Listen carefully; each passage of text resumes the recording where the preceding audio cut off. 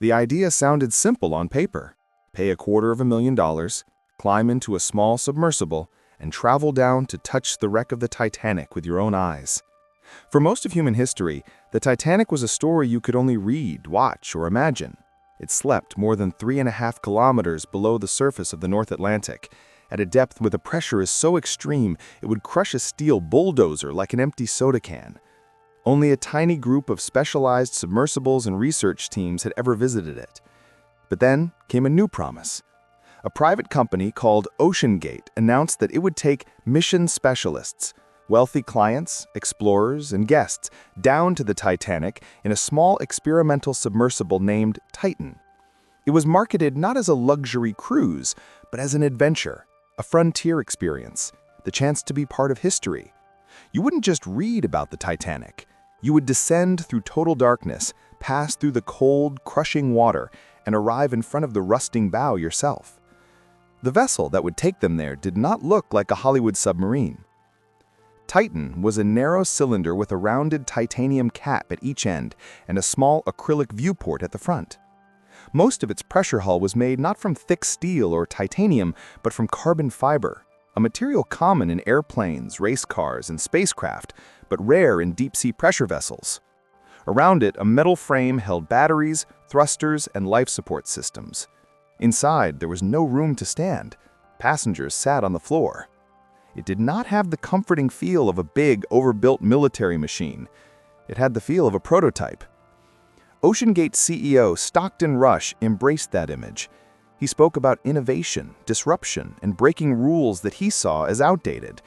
He criticized traditional certification and classification systems as slow and conservative. He believed that progress required risk. In interviews, he joked about steering the sub with a game controller and using off-the-shelf parts. To some, this sounded bold and visionary. To others, it sounded like a warning. Engineers and deep-sea experts raised concerns years before the disaster.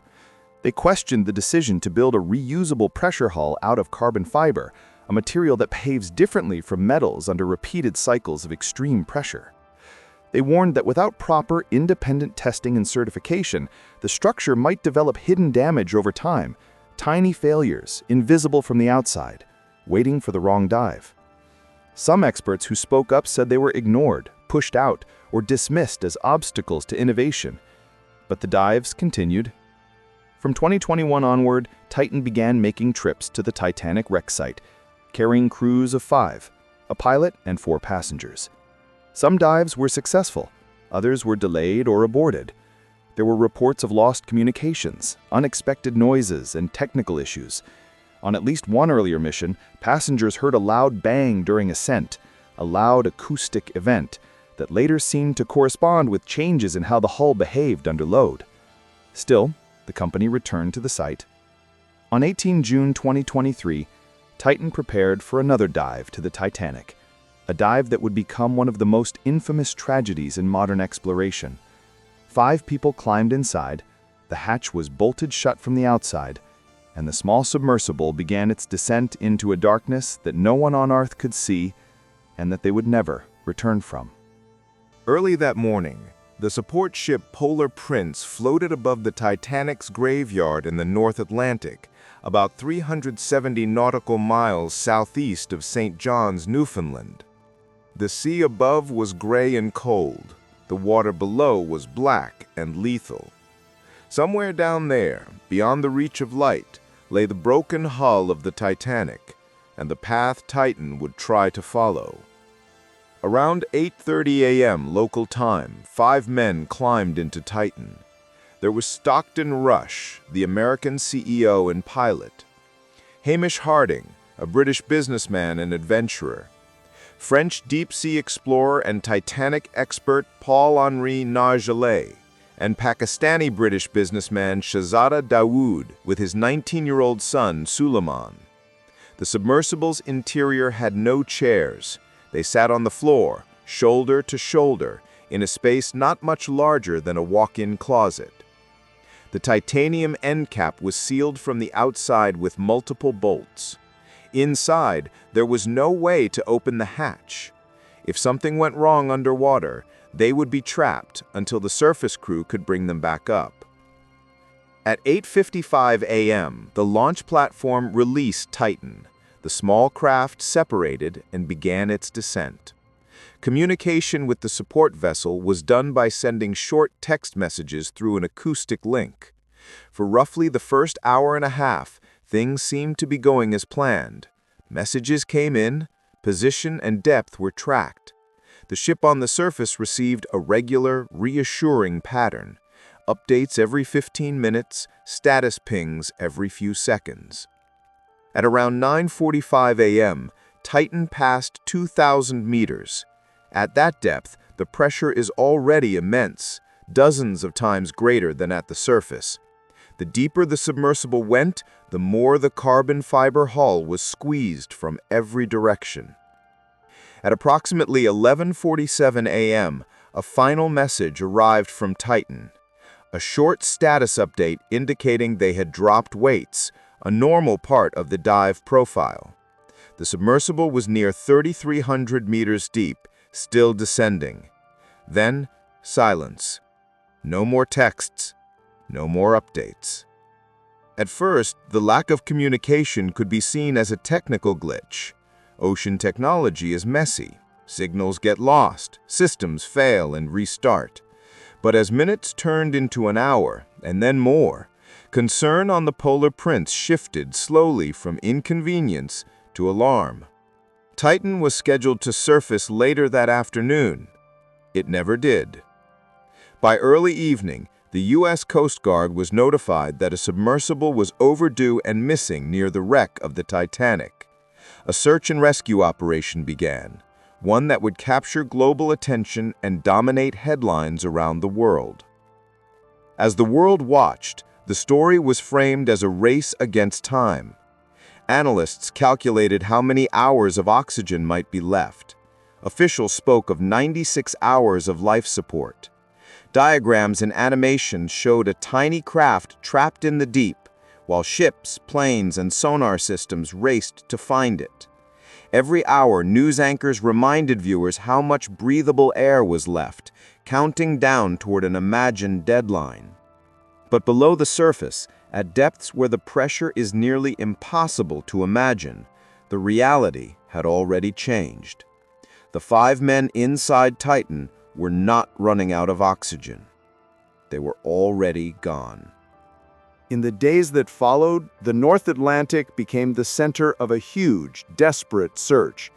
U.S. and Canadian aircraft scanned the surface for any sign of debris or a drifting submersible.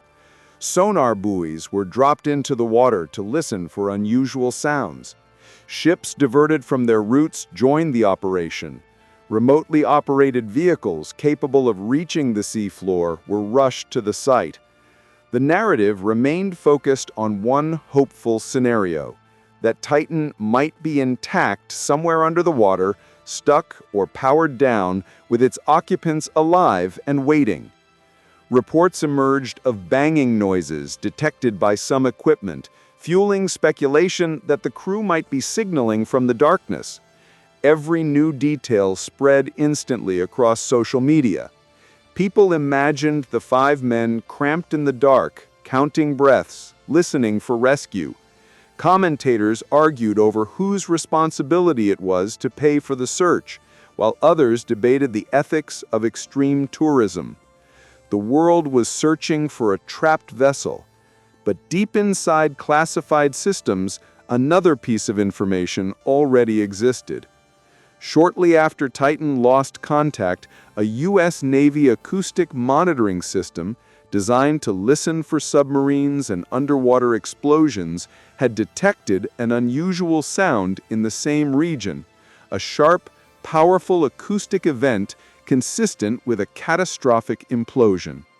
The information was shared with rescuers, but the search continued publicly as if rescue were still possible. In part, this was because the signal was not absolute proof. In part, it was because hope is hard to let go of, especially in front of the entire world. The media focused on the ticking clock of oxygen.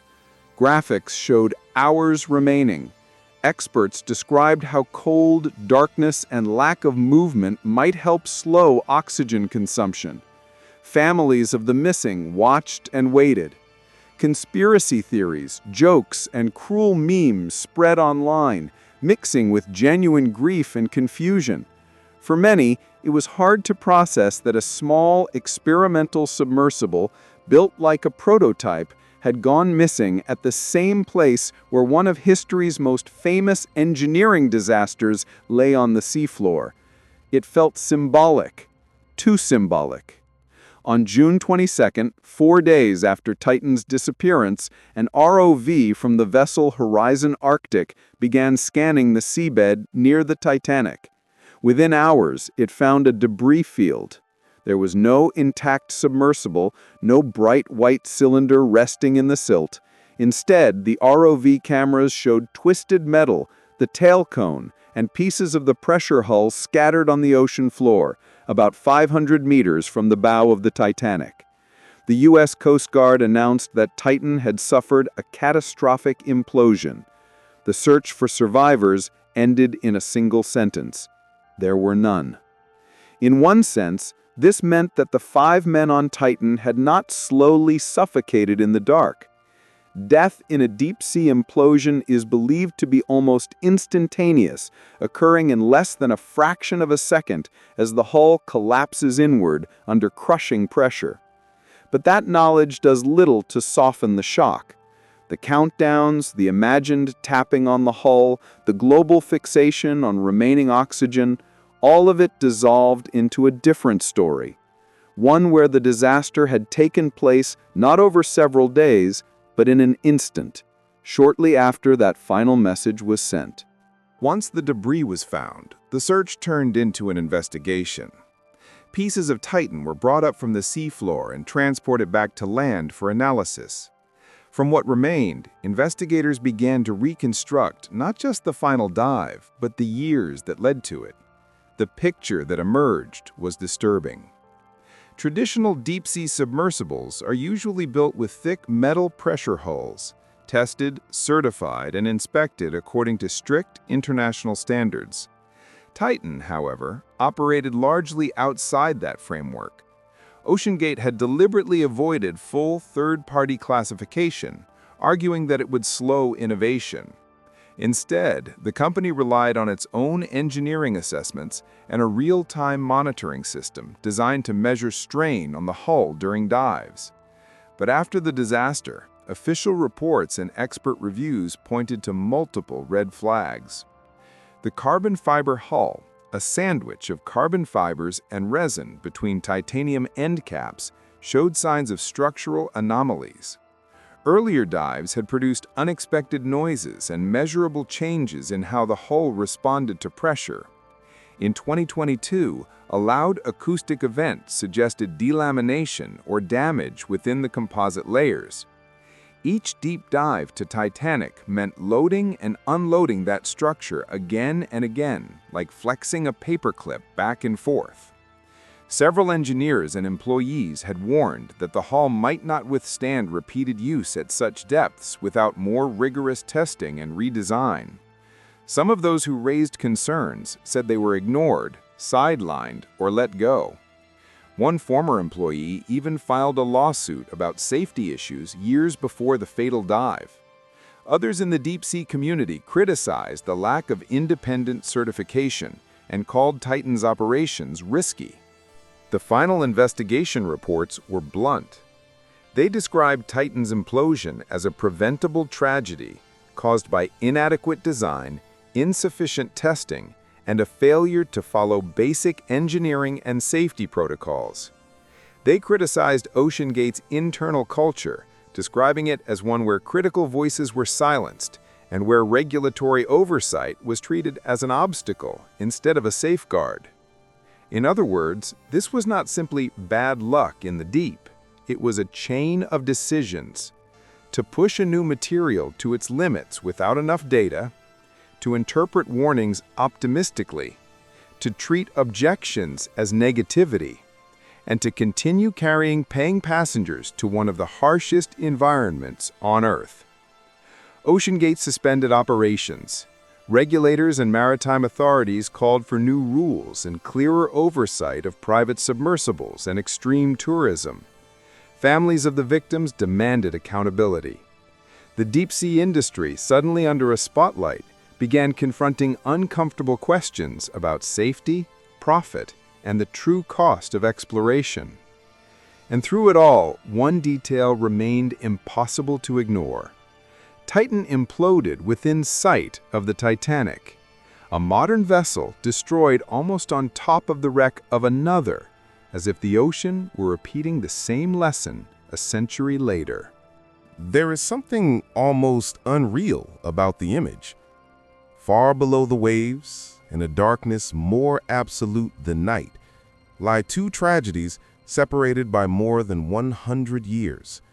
One is a giant steel passenger liner from the age of steam. The other is a small composite submersible from the age of private spaceflight and smartphones.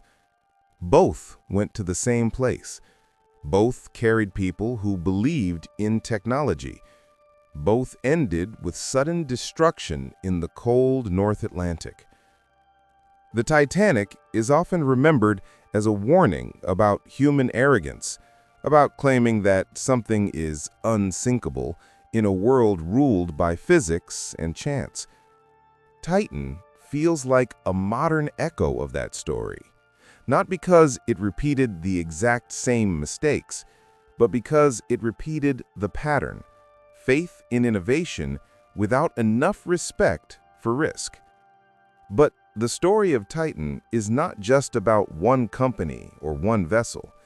It forces uncomfortable questions about where we draw the line between adventure and recklessness, between personal freedom and responsibility, between pushing the frontier and ignoring the guardrails that keep people alive.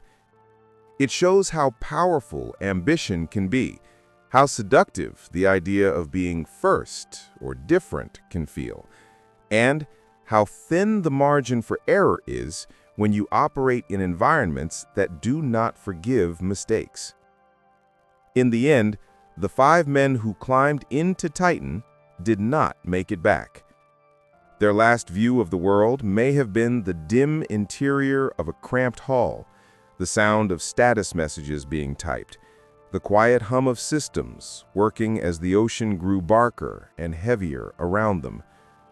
Whatever happened in that final instant, it was over before the human brain could process it.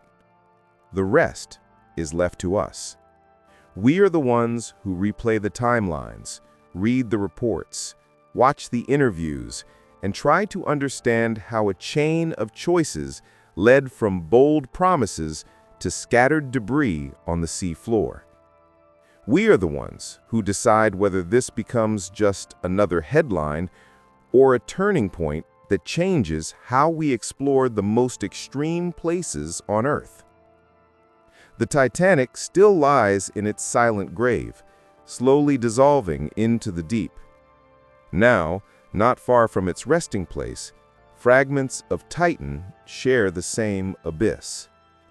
2 wrecks, 2 eras, one ocean that does not care who we are or how advanced we think we've become. If we learn anything from this, it may be this: the greater the mystery we chase, the more carefully we must respect the depths we enter, whether they are in the ocean, in the sky, or in ourselves. If you enjoyed this video, don't forget to subscribe to Hidden Myst. Leave a like, share the video, and tell me in the comments which mystery you want next. Thank you for watching, and stay curious.